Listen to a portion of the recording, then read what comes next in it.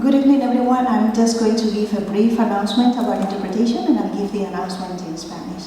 Buenas noches a todos. Esta noche tenemos disponible interpretación al español, así que si lo desean, pídanos a uno de los equipos que tenemos aquí en la mesa y se los entregaremos. Gracias.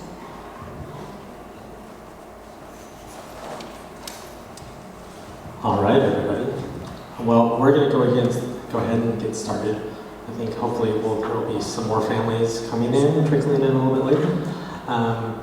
Just so you all know, we are going to record this year, so that we'll have this online on our websites for the next couple of years. I realized last week that we hadn't recorded this since COVID times, and that was about 5 years ago, so things have definitely changed a little bit.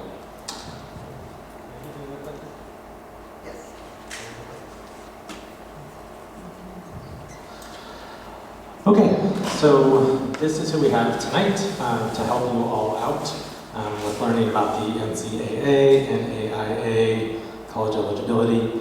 Those of you that joined us last year, you'll hear a lot of the same information, but hopefully you'll glean some additional information. Okay, so this is just a quick breakdown by season, for the most part, of the Division 1, 2, 3 NAIA across the US. There is a little bit of fluctuation in some sports, but for the most part, this is what it's going to be for your students if they participate in college. Yes, there are some sports that start to are emerging, like for instance, I just put on flag football for women in the spring. There are, I think I checked, there's about 60 colleges nationwide that now have flag football. And there's a lot more that are considering adding it, so it's pretty cool. So some emerging sports coming up. And then very quick kind of breakdown in terms of money's sake when we were looking at the three main divisions. So Division 1, full to partial athletic scholarships. The stats from last year, 58% of students received some sort of athletic aid at the Division 1 level. Division 2 level, partial athletic scholarships, so there's no full scholarships at D2, but they do have partial, and 59% of students receive some sort of athletic aid for D2. And then D3, that's really important to pay attention to this, there are no athletic scholarships in D3, but the majority of athletes do receive merit aid, and a lot of them receive a need-based aid too. So for those three divisions. And then it's really important to think about this too. This is only 1 year at a time. So it's not a thing where you're going to get a full ride scholarship for all 4 years. This is 1 year at a time, and it's essentially a new contract every single year you're playing that sport. Okay, so next up, I'm gonna pass it off to Stephen Davis, who's one of our graduates at Santa Barbara High School a few years back. And he's going to talk for a few minutes about his experience being a college athlete. So Stephen, thank you very much.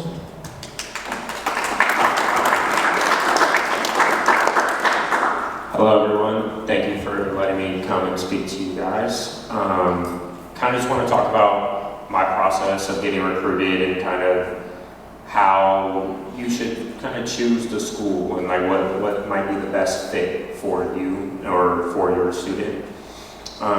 I feel like it kind of starts, being intentional about the schools that you reach out to, and also the schools that reach out to you. If it's a school that maybe is on the East Coast and you don't have that much interest of being in cold weather, and this is for indoor and outdoor sports, kind of just, living, because for me, myself, I was injured throughout my 5 years that I played college basketball, and during my injury was one of the toughest times for me, but I was able to come back to the fact that I feel like I really chose a great school for me. I really valued not going far away from home. I wanted to stay in California, and I wanted to stay close to home. Luckily enough, I was able to get recruited by a school that's an hour away, so I was able to come home on the weekends and be far enough away from my parents where I didn't have to come home if I didn't want to. And I feel like that is really the biggest thing that I want to stress to the parents and also the kids in the room. Choose the school for the school and the athletics will fall into place. Because when the coaches are recruiting you, they're going to tell you what you want to hear, and if they reach out to parents, and parents, I would advise you to help your student with the decision, but do not make the decision for them, because at the end of the day, they're going to be the ones that are at the school and being there every single day. So if you say, oh, I really like this program, I really like this school, ultimately it's not your decision, it's going to be the kid that has to live with that decision. So let them kind of guide their own path in that way, but you can obviously aid them in that process. But kind of just going back to recruitment. So be intentional about the schools that you reach out to. Be intentional about there's elite camps. If the parents or the children don't necessarily know what that means, pretty much every college for every sport is going to have some type of elite camp to where you can attend and you can kind of go. Usually they have some type of visit that is associated with this, and you're probably going to play in some sort, kind of like almost like a tryout, you can say. Like you're just putting yourself in front of the coaches, allowing yourself to be seen and kind of talk to the coaches, get a feel for the school, get a feel for the program. Be very intentional about those ones that you attend, okay? A lot of schools will reach out to you, kind of just like basic college recruitment, and that's saying not outside of athletics. A lot of schools are going to start sending emails, be like, hey, like this is something interesting about our school, okay? A lot of schools are going to do that for elite camps also. It's usually some type of money grab, but if it's a school that you are interested in, attend, okay? Give yourself that opportunity, allow yourself to be seen by the coach, allow yourself to kind of get a better grasp of the school, and then after you attend or before you attend, reach out to the coach, see if you can take a visit, get a better feel for the school, and that will really help you kind of narrow down what you want from a school. If you want a big school, okay? If you want a small school, if you really need an athletic scholarship to go, then that is something that you need to be very intentional about. However, I will say for myself, I went to a Division III school, and like Mr. Bard already mentioned, no athletic scholarship at my school.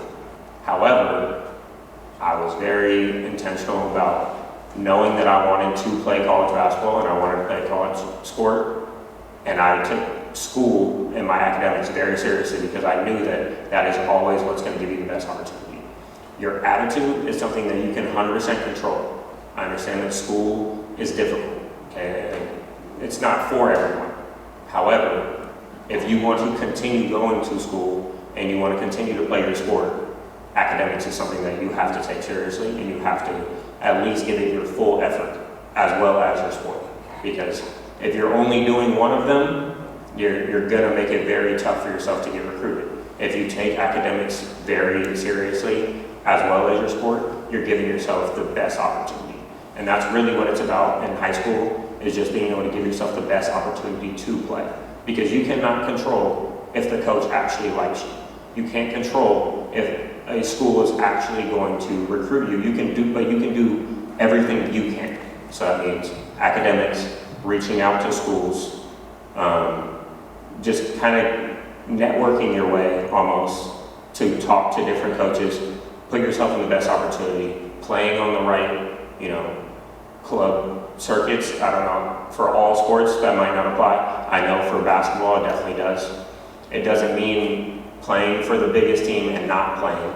Same with high school, honestly. If you're at a high school where you're not playing that much, it's going to be hard to get recruited. So try to be intentional about the school that you go to, the teams that you play for, okay? Make sure that you are being seen. So it's not about, the quote-unquote like clout that comes with something, okay? It's about making sure that you're being seen, you're being able to put your best foot forward to be recruited. I'll continue to say athletics, it's really hard once you get there, okay? You come in, especially now, like we know there's kind of a shift into like NIL and years of eligibility. It's really hard when you get there Being a student athlete is not easy. You come in as an 18-year-old, maybe 19-year-old, maybe some 17-year-old freshman. Those are at, it doesn't matter if you're going to junior college or if you're going to a four-year university. You're going to come in somewhere around that age if you're leaving right after high school. You can be competing against 24, 25, 26-year-olds from the second that you get there. So making sure that you are at a school that you like to be at and a program that best fits you and that's going to help you grow and not necessarily kind of treat you like you're a freshman from the beginning, because you might not play right away. It might take you 3 years, it might take you 4 years to play. And that is a part of the process. But understanding that from the beginning is something that's really important. If you're going to a junior college and you know that you want to continue playing afterwards, go to a junior college that's going to help you play right away. If you're going to a four-year, make sure that it's a school that you really like and a program that is best for you. Because I will say for myself, I went to a school, Cal Lutheran. We had a lot of success when I was there. It was a brand new coach the first year that I got there. He believed in me a lot. I thought when I got there, I was going to come in and be a starter from day one. That wasn't the case. There are seniors, there's juniors, there is a process of getting there. The next year, I got injured. I thought, next year I have to play. I got injured. I was like, man, you took away the main reason that I came here. I came here to play sports, but I was able to fall back on my teammates, my friends, my coach in general. My coach is someone and that is another thing. Make sure that the coach is someone that believes in you and also someone that's going to help you grow as a person, not just as an athlete. I will say our coach, especially at the Division III level, and that goes across all sports, we are able to do internships and work study and work in the off season. Division III is great for that. If you are able to focus on academics as well as your athletics, but also be able to continue to grow your resume for when you leave the school as an athlete.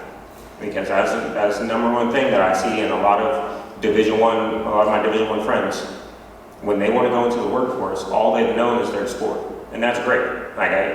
It's a kid's game and you want to have fun, and I had so much fun. But luckily in the off seasons, and I was able to work and I was able to make money also, because there is a big financial burden that comes with Division III. But it's something that if you work hard in high school and you're able to get your grades up, you're able to earn, like I said, 80% of Division III athletes earn merit scholarship. That's huge, because when you're choosing a school, that also is a big factor, is that financial piece. And it's not the easiest decision to say, oh, I want to go to this school, but this school is giving me $40,000 of scholarship and this one's giving me none. And now you have to weigh about $40,000 to make a decision on what school to go to. And I'm not saying that one of them is right or one of them is wrong. If you're able to and you can do it, choose the school that's best for you. But not everyone is in that has that ability to do so.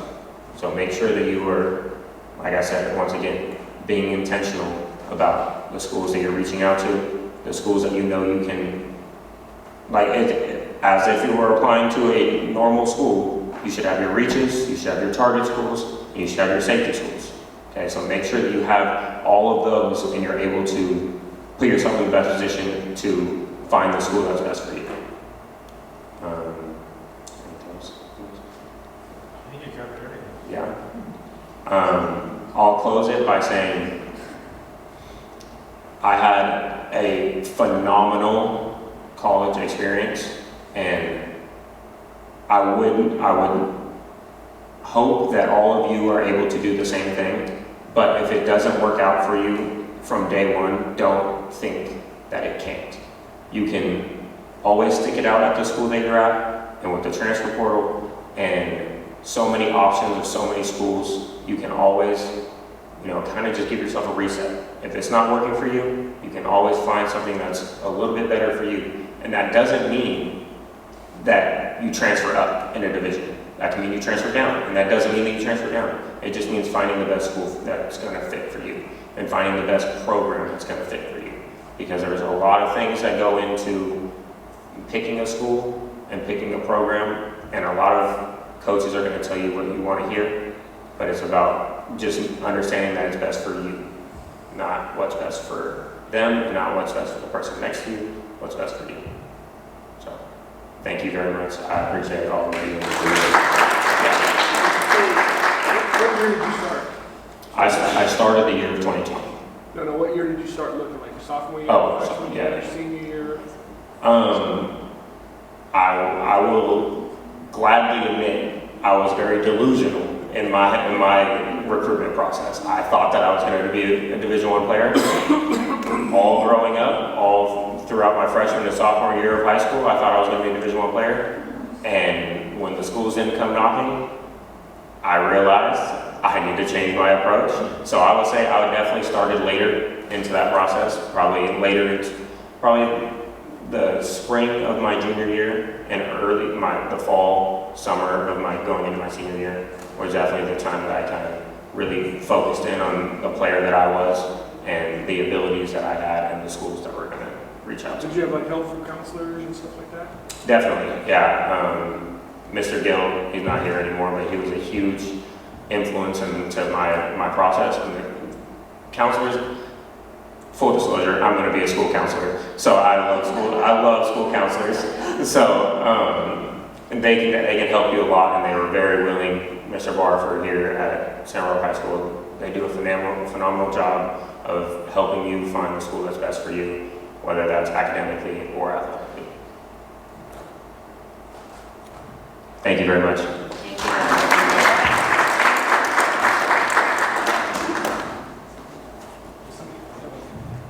Okay, my turn. Now the nitty-gritty of how to get to those schools.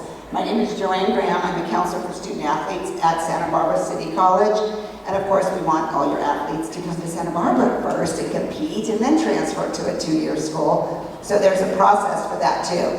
But I am going to talk about how to go from high school to a Division I or Division II, Division III school, like you said, NAIA. And I do have a son that played water polo and swam at Cal Lutheran, so I love that school as a D3 school.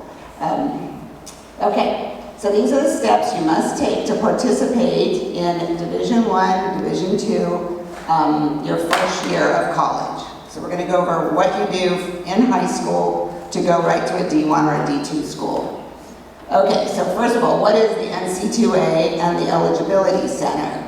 The NCAA determines eligible athletic participation. So everything you do in high school, whether you go to a community college, you know you're going to go to a community college, it matters what you do in high school to be eligible for Division I, Division II.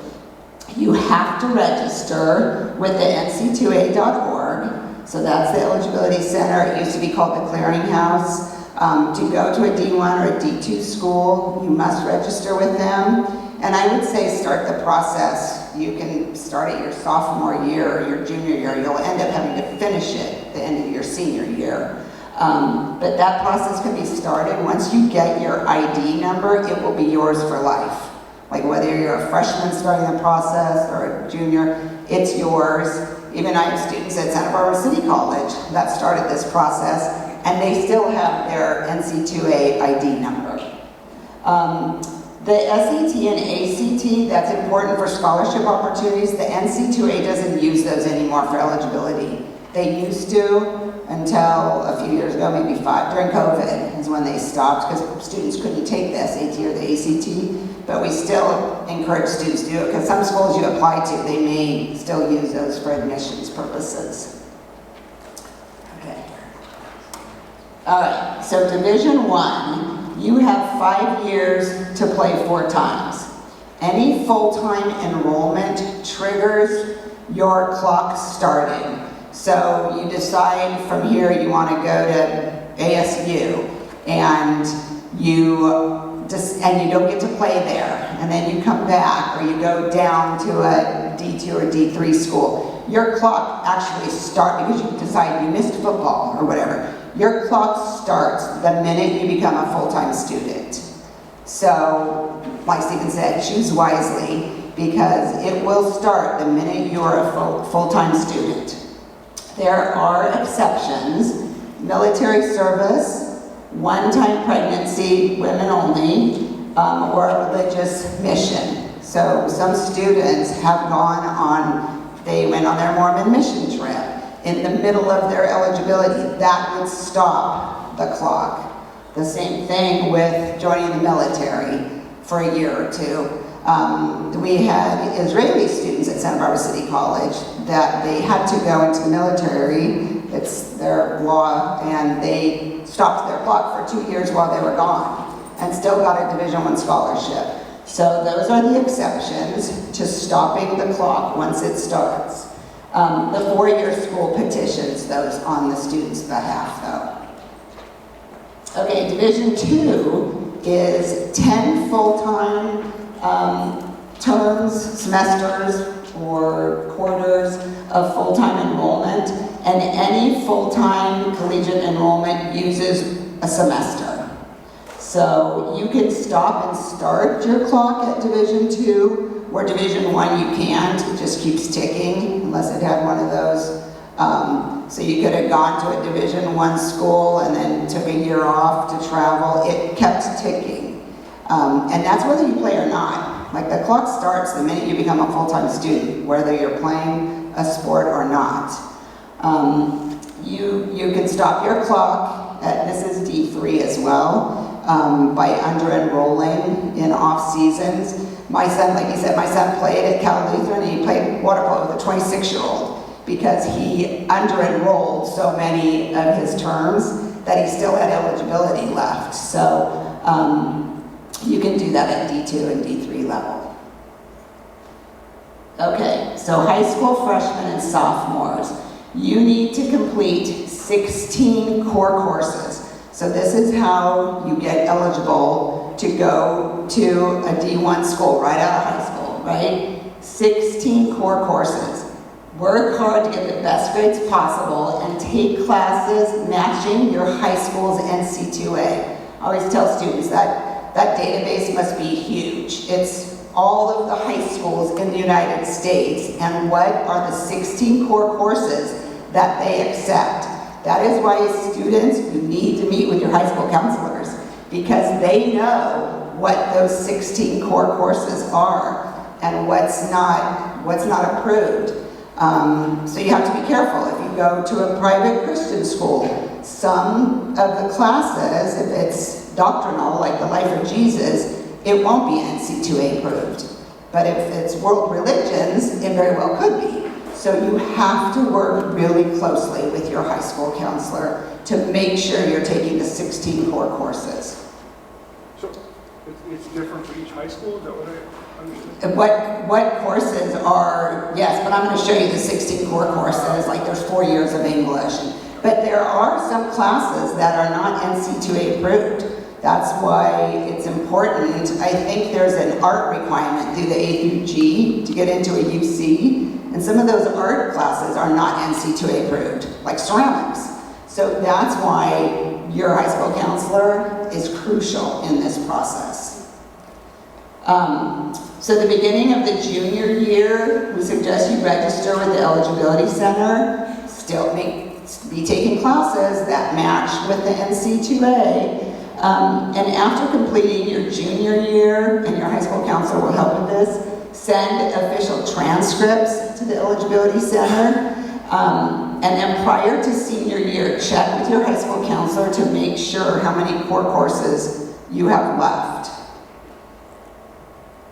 Okay, seniors, we say consider taking the SAT or the ACT, even though the Eligibility Center does not use those scores anymore towards eligibility, but you may need them just to be admitted to the four-year school that you're applying to. So keep taking the courses that match the high school's list of approved classes, earn the best grades possible, and graduate on time. That is the main thing that if your graduation date is June 10th, but you're missing one of the 16 core courses, that is not going to make you be a qualifier and eligible to go to a Division I school right out of high school. You have to graduate on time in 8 semesters, from freshman year into senior year. Okay, so they waived the SAT. Eligibility is based on 16 core courses and your GPA only. Some colleges still want SAT scores, so we always say that, and your high school counselors will talk to you about that, about taking the SAT or the ACT, even if the NCAA doesn't use it anymore.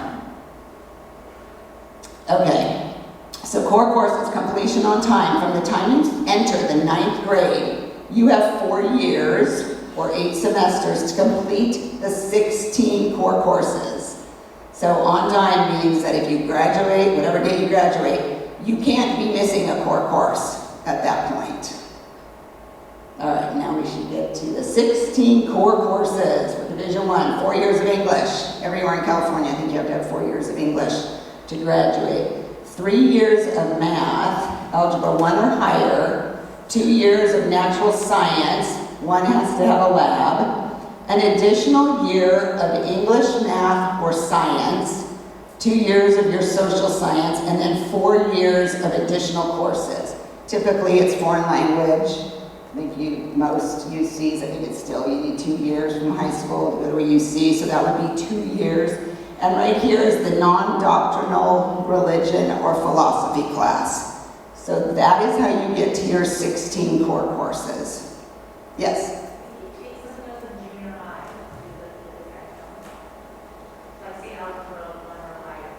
Scott, do you know? High school, junior high classes?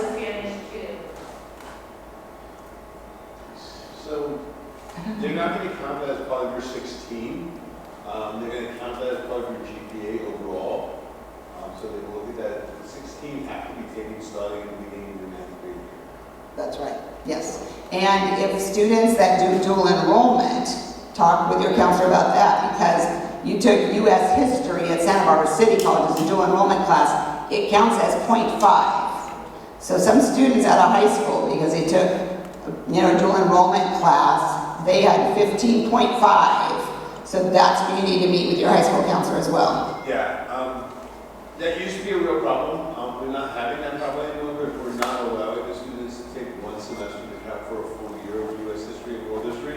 And now we're making them take the 2. So it used to be a real issue because 1 semester was the qualifier, and now they have to take both semesters, whether they take them on site as 101, 102, or off campus. They have to take 101, 102 to meet the requirements. So that's good. So yeah. There's a couple of things that we've done better, but like if you take Spanish 102, which counts as the 3rd year of Spanish for a foreign language, it's 0.5. 1 semester is 0.5. So if you take 101, 102, it's just 1, as opposed to if you take Spanish 1, 2, and 3 in high school, that would count as 3. Yeah. So always have your dual enrollment student be checking if they want to play college sports. Be meeting with their high school counselor for sure about that. Okay. So there's a new sliding scale for Division I. It's like 3 years old now, or 4 years old. You have to complete 10 of the core courses before your senior year. So out of the 16, so you can only have 6 your senior year that you have to take. 7 of the 10 must be math, English, and science, and the sliding scale changed to 2.3. You used to be able to go to a Division I school out of high school with a 2.0, and they changed it to a 2.3. I can tell you, if you have a 2.3 in high school, there's not a lot of coaches at the Division I level that are going to recruit you because you are barely eligible. So that's why, keeping your grades up. A 2.3 is the minimum. And the 10 courses that have to be done before senior year, I think what was happening in the past, students wouldn't be taking school serious. They're freshman, sophomore, their junior year, and all of a sudden they grew 4 inches and put on 60 pounds of muscle, and now all of a sudden they want to be a student athlete, but they haven't taken their academics serious the whole time. So if they're being recruited, a lot of times they weren't doing well at the Division I level, and they will lose scholarships. If they scholarship somebody that isn't super strong academically and they fail out of school there, they get dinged for scholarship-wise. So we, at Santa Barbara City College, we always say you're a student first and an athlete second, because we want to make sure that the academics come first. I get coaches all the time at the Division I, Division II level asking me to send them transcripts of our athletes, and they want to see their transcript. You can have the best film in the world, but if your transcript isn't, you know, high, they're not going to recruit you. So it's the same thing in high school. Okay, so Division II, they used to be 14 core courses. You now need 16 core courses.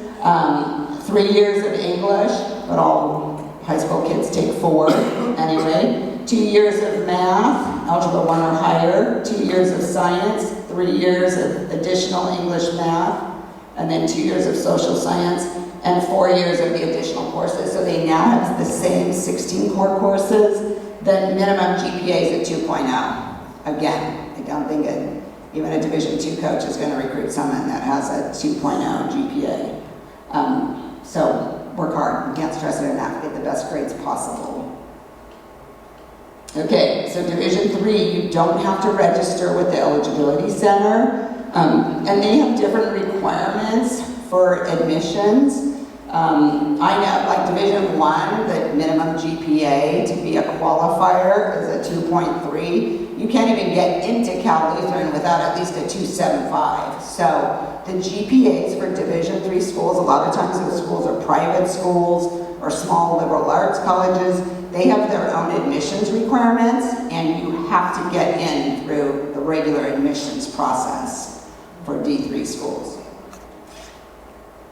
Okay, so you do all those things, you are considered a qualifier out of high school. You graduated on time, you took the 16 core courses, you met the specific GPA, you can be recruited right out of high school and go play, get financial aid, and play your first year as a freshman.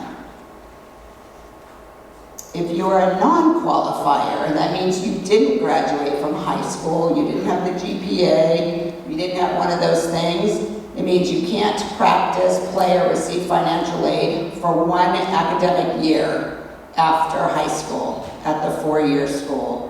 They call them now, if someone got recruited, they call them an academic red shirt at the 4-year school. Your athlete has to be a phenom to get recruited that's not eligible to play. So we do get non-qualifiers that come to Santa Barbara City College, which is great. We get great athletes. They just maybe didn't have the 16 core courses or the GPA, and you can still go to a Division I school out of a community college. So we have a lot of students that do that as well.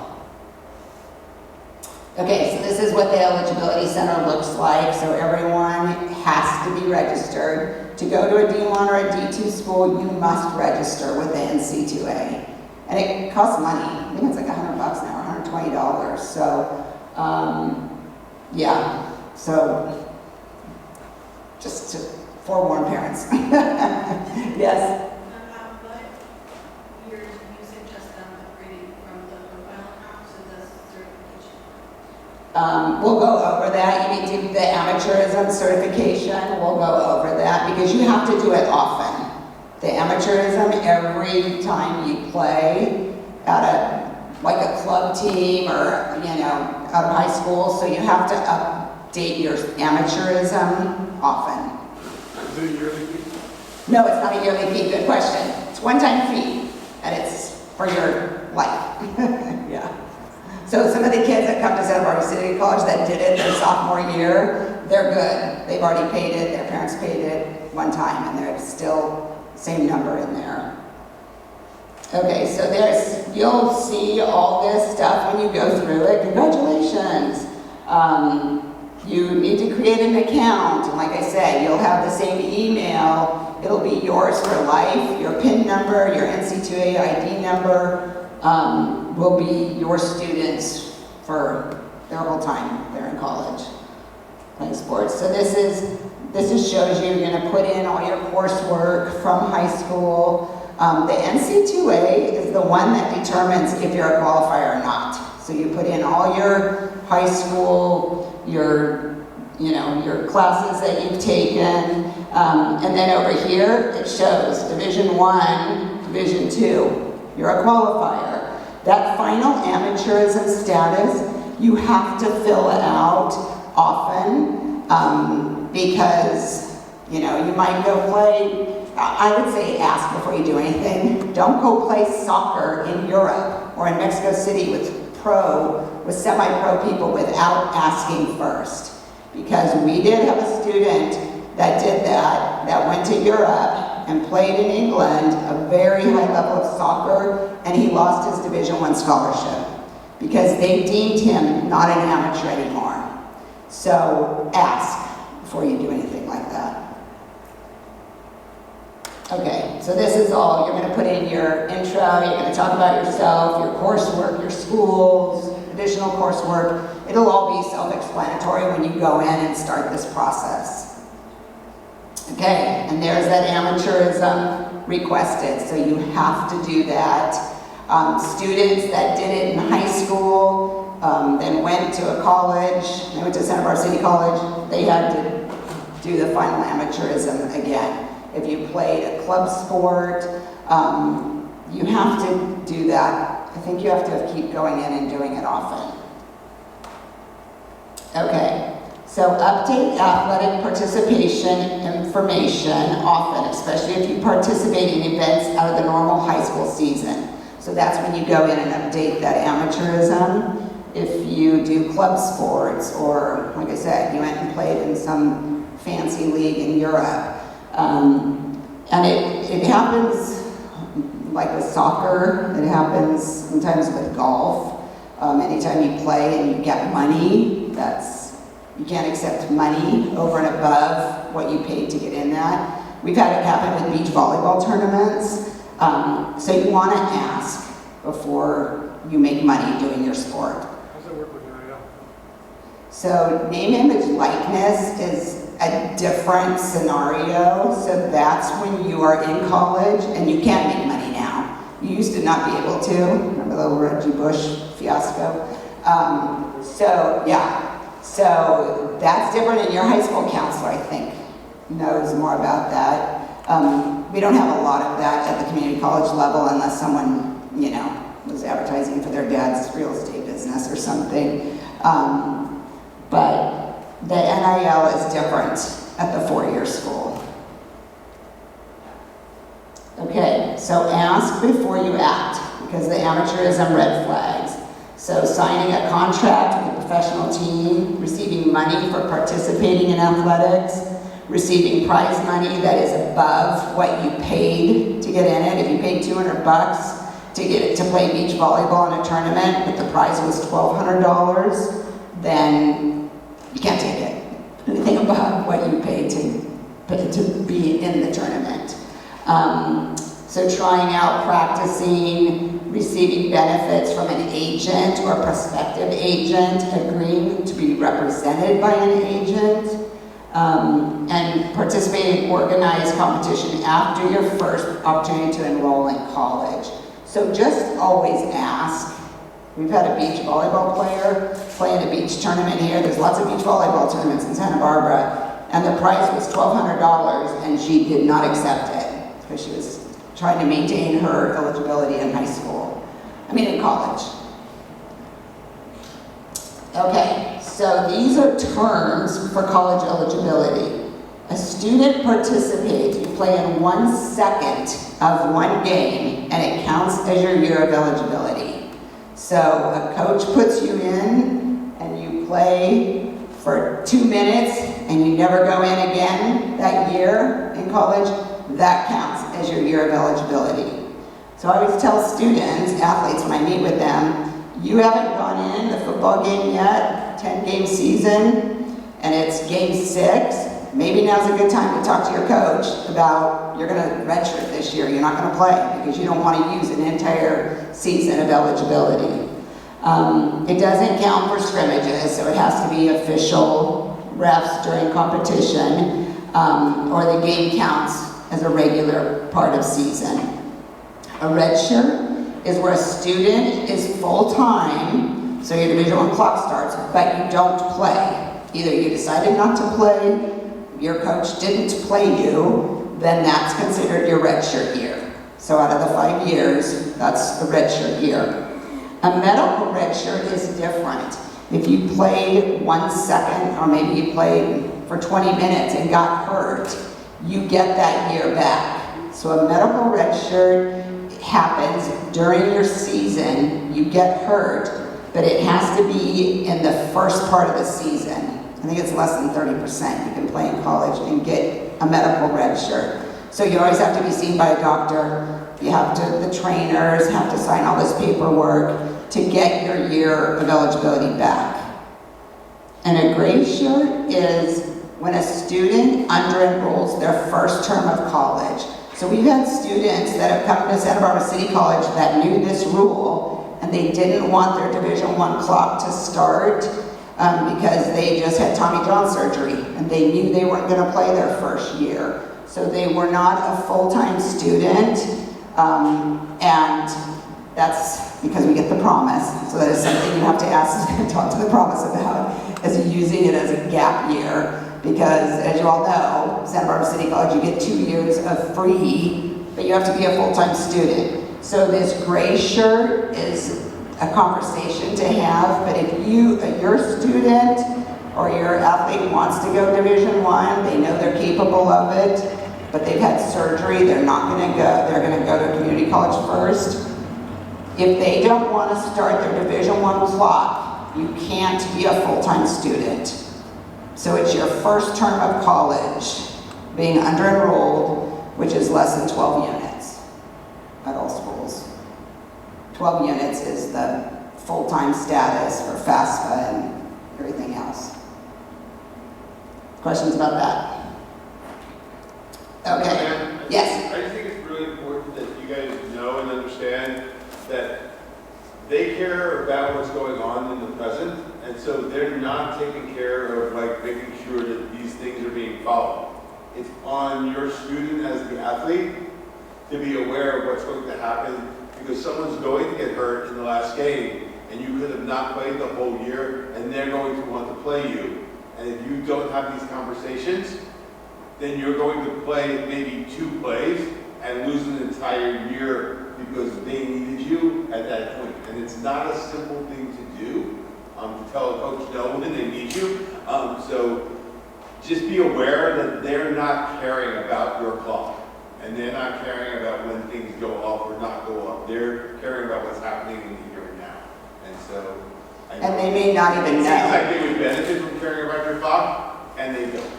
Yeah, and coaches don't even know. You're standing on the sideline, and someone gets hurt, they're like, go in, we need you, and your child hasn't played yet, and it's game 6 or 7.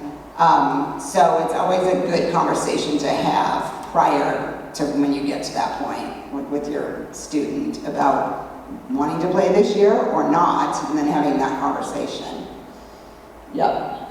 Okay, so like Stephen said, there are no such thing, Spencer, there are no such thing as a 4-year scholarship. So when kids say, I got a 4-year, I got a ride for 4 years, that doesn't happen.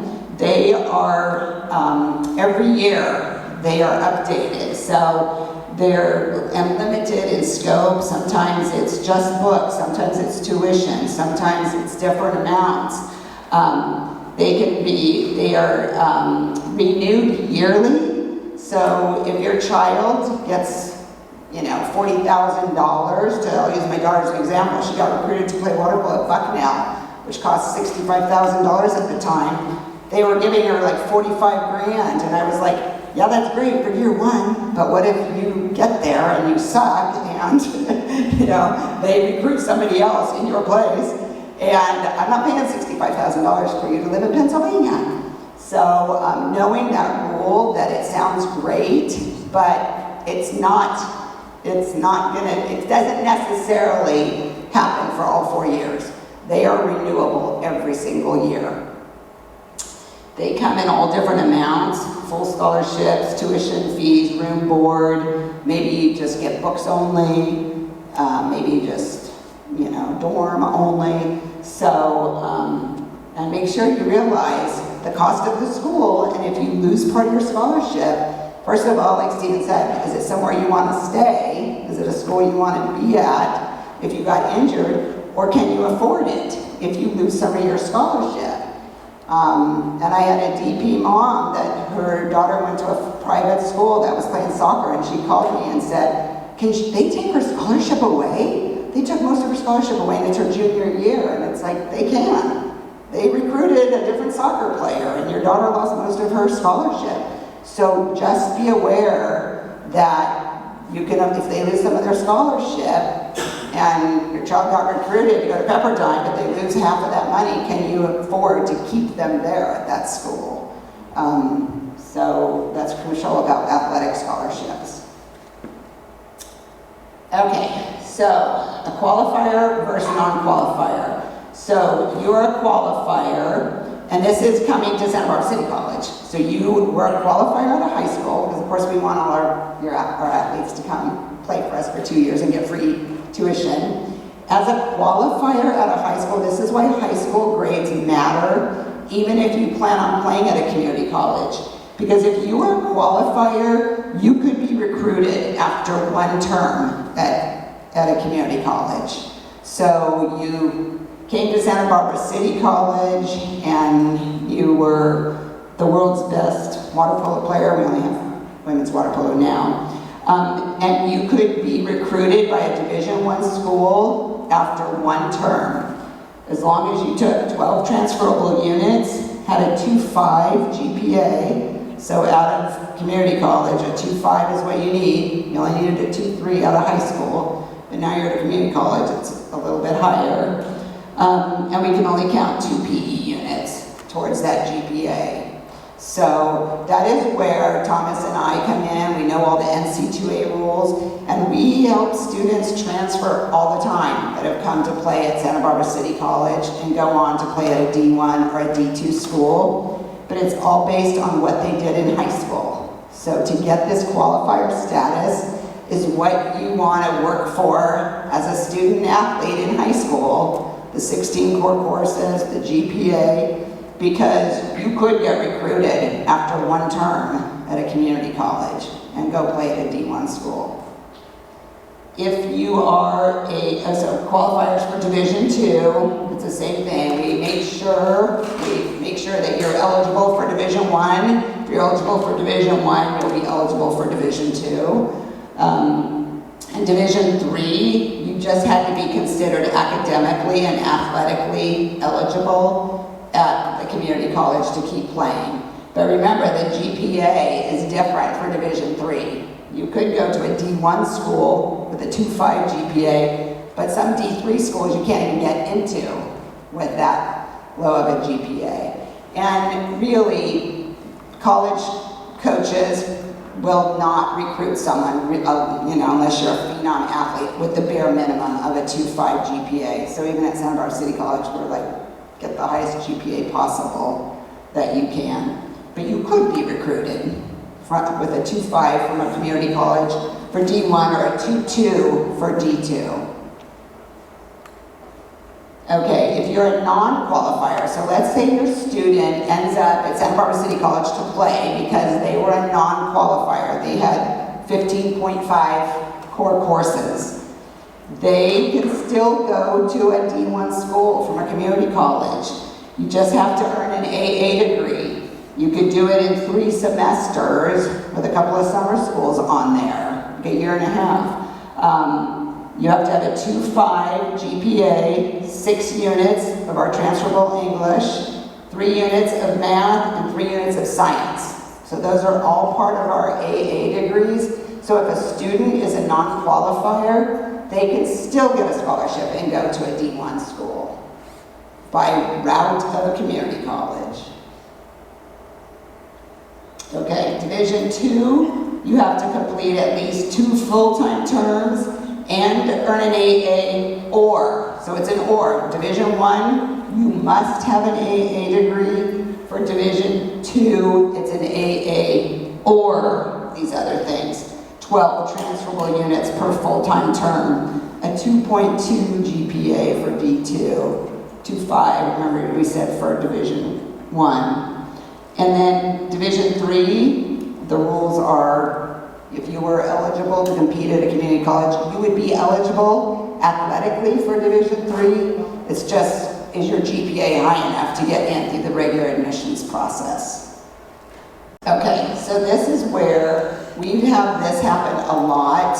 It's a 424 transfer. So you're in high school, you're like, I need to get out of here, I want to go away to college, go out to Colorado, hate it, it's too cold, snows, come back to miss your sport, go back to a community college, even though you had no intention of playing in Colorado, you are still considered a 424. So then you must get an AA to go to a Division 1 school. We have that all the time. We've had baseball players that go to UCSB and then they get cut from UCSB's team. They come play for us at Santa Barbara City College. They went to a 4-year school, they're at a 2-year school. Now they want to go to a different 4-year school. They have to have an AA degree with us. Okay, 2.5 GPA. So it's all the same, all the rules are the same, but a student that went to a 4-year school goes back to a 2-year school, wants to go to a different 4-year school, must have an AA. Division 2, the GPA is a little lower. You have to have at least 2 full-time terms. It's an earn an AA or. It's an or situation. But we always make sure that a student is eligible once they're at Santa Barbara City College. We make sure that they're Division 1 eligible because that's most students that come to Santa Barbara City College. They're coming there to get more training and their goal is to eventually go to a D1 school. So we always make sure that students are D1 eligible. If you're Division 1 eligible, you're going to be D2 and hopefully D3 eligible if your GPA is high enough. So that doesn't change their clock though? No, their clock started. So you're a student that went to a 4-year school, comes to a 2-year school, wants to go to another 4-year school, their clock started. Yeah. You still have 5 years to play 4 times. Yep. Okay, so this requirement, this is a 40, 60, 80% rule that we will work with your student athlete. So they're at Santa Barbara City College. At the end of their 2nd year, they have to have 40% of their bachelor's degree requirement met. So that's what we are working on at the community college level. Like, let's get you 40% done in 2 years towards your bachelor's degree.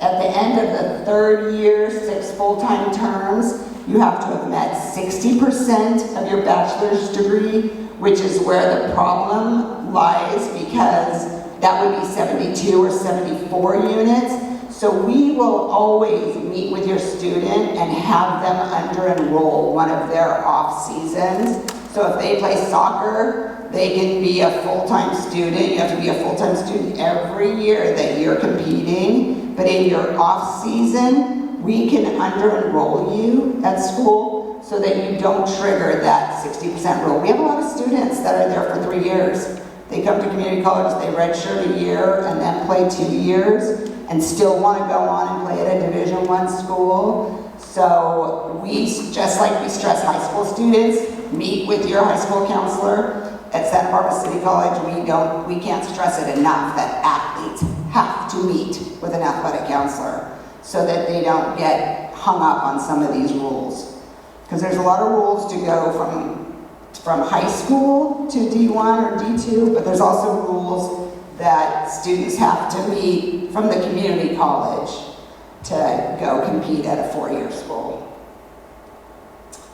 Okay, so this is just SBCC's eligibility. You have to be in 12 units, 9 have to be academic. We teach a class, Thomas and I both teach, it's called PD 140, it's College Success for Student Athletes. At Santa Barbara City College, we have all athletes take it. It's a 1-unit UC Cal State transferable class, but it goes over all these rules with students their first semester at Santa Barbara City College, so that they know all the NCAA rules as an athlete when they come onto our campus.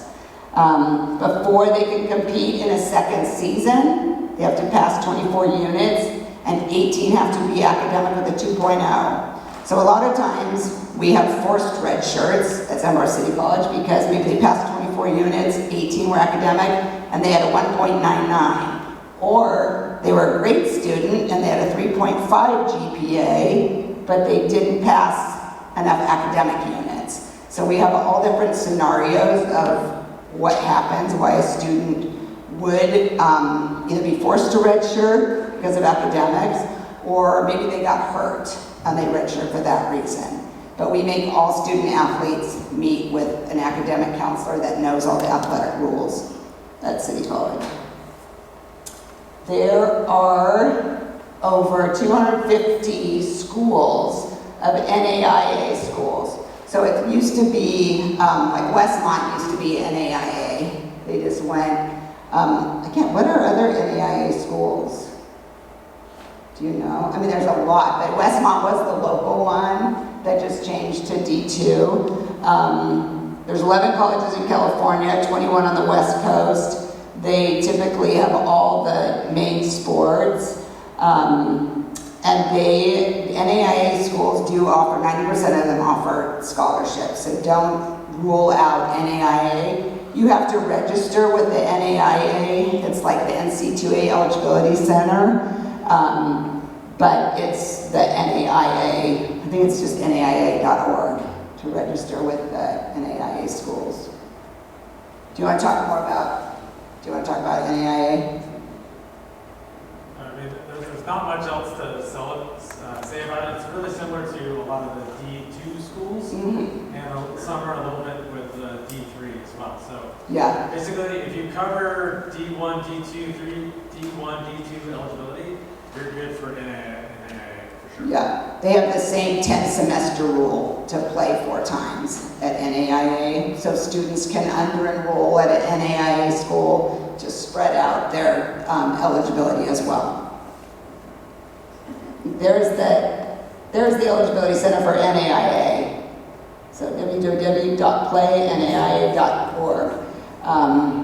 So an entering freshman can be eligible immediately if their GPA was a 2.3 or higher on a 4.0 scale.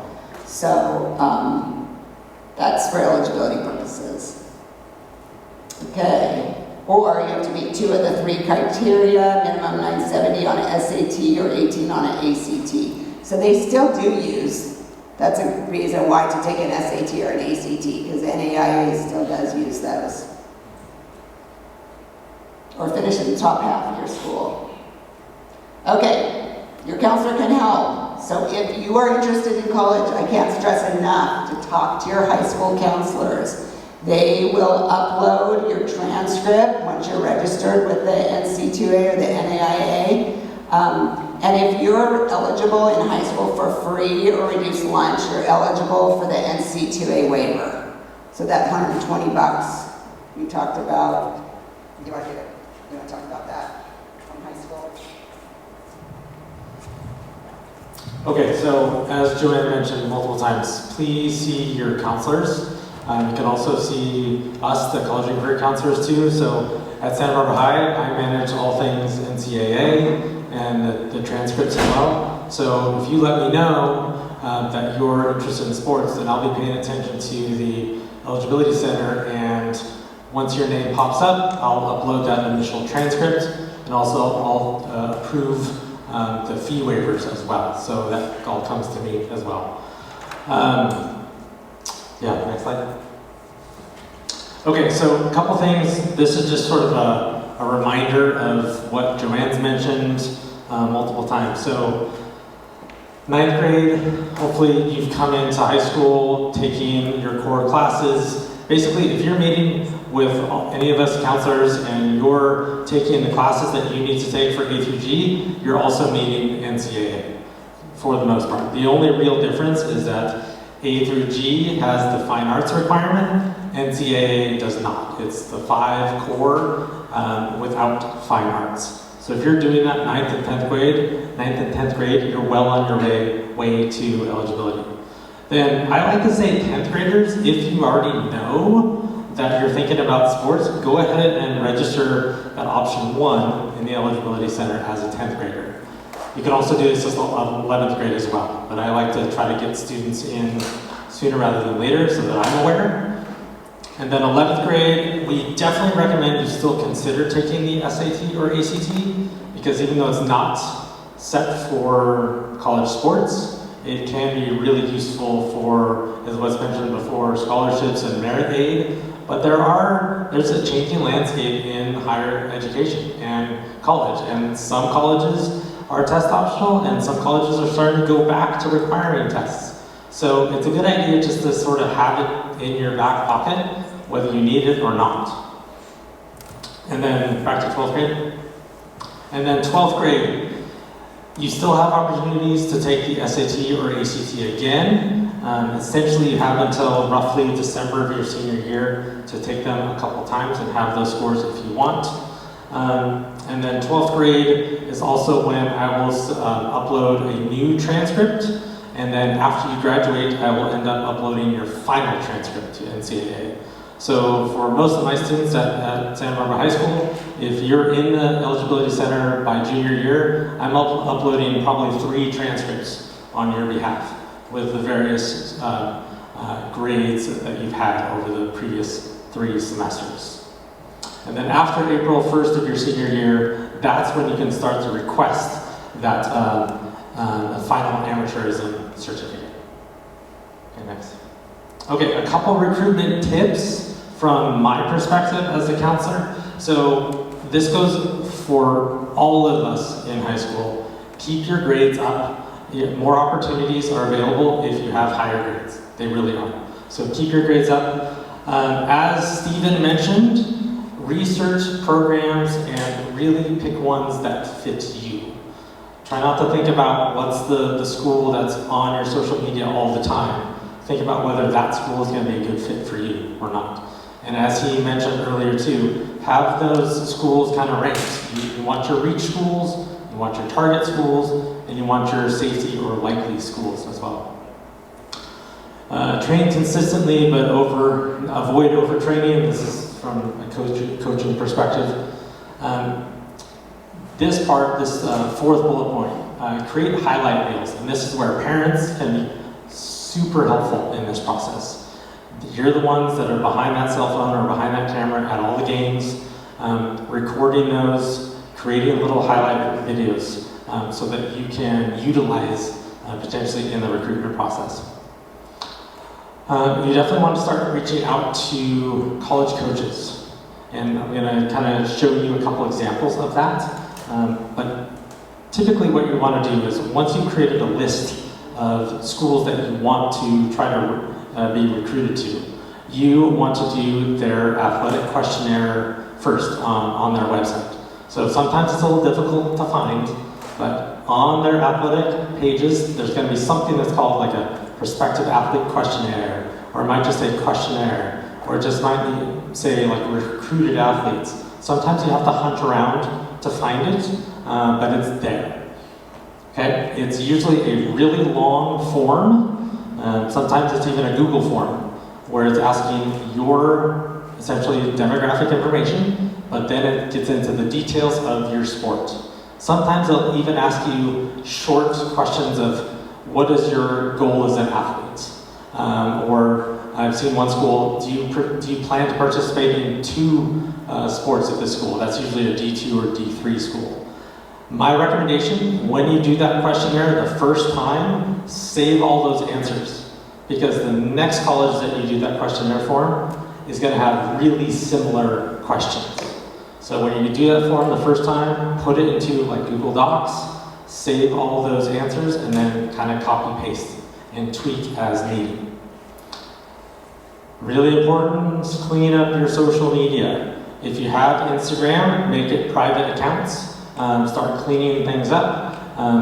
The earlier the better than this. You don't want to be a graduating senior and have a really inappropriate social media. college coaches will see that and will not want that baggage and will not even bother recruiting you. Okay, so start cleaning that up. And then always ask for help. Again, see us as school counselors. See if you're at City College, see the academic and athletic counselors at Santa Barbara City College, and keep asking for help as you go along. So, Scott? Please make sure that you have professional email addresses. Some of the email addresses that you guys will share that are personal are not very appropriate, so think about the fact that that's the first thing that they see.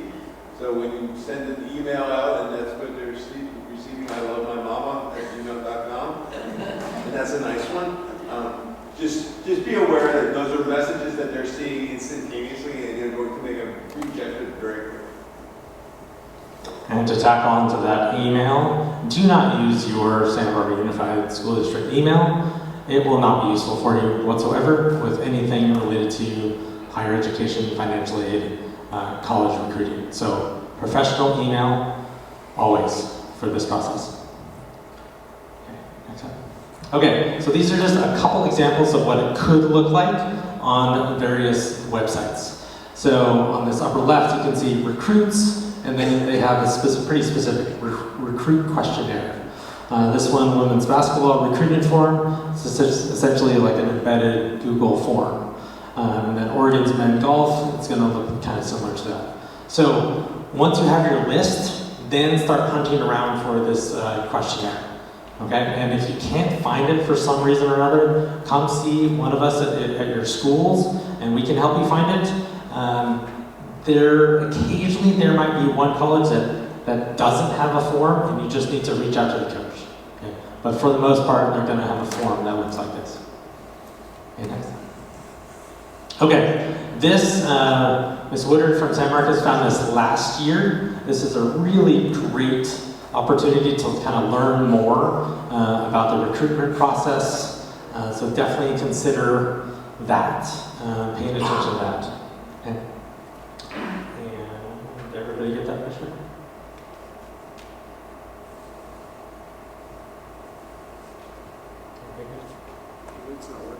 It's not working?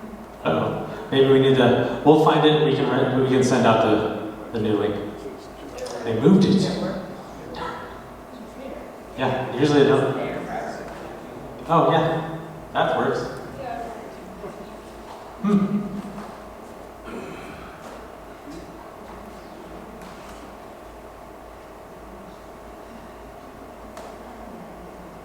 Okay, well you could also reach out to whoever your counselor is, and then we could send it to you too.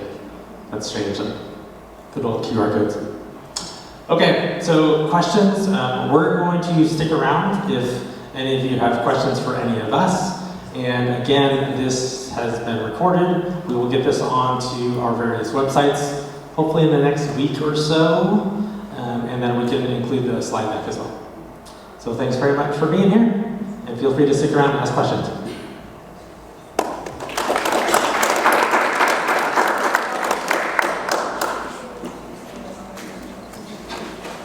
Stick around for a couple minutes.